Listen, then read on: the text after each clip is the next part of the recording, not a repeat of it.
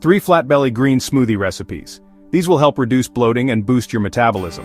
First, the de-bloat ginger green. 2 cups spinach, half cucumber plus 1 stalk celery, 1 cup pineapple, 1 scoop vanilla protein, or 3/4 cup Greek yogurt or silken tofu.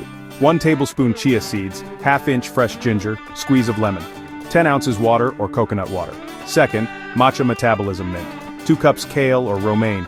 1 small zucchini, peeled if you like. 1 cup pear or half banana plus ½ cup berries. 1 scoop protein, 1/4 avocado. 1 teaspoon matcha, fresh mint. 10 ounces unsweetened almond milk. Third, apple pie greens, high fiber. 2 cups spinach. Half small green apple, 1/4 cup oats. 1 scoop protein or 3/4 cup soy yogurt.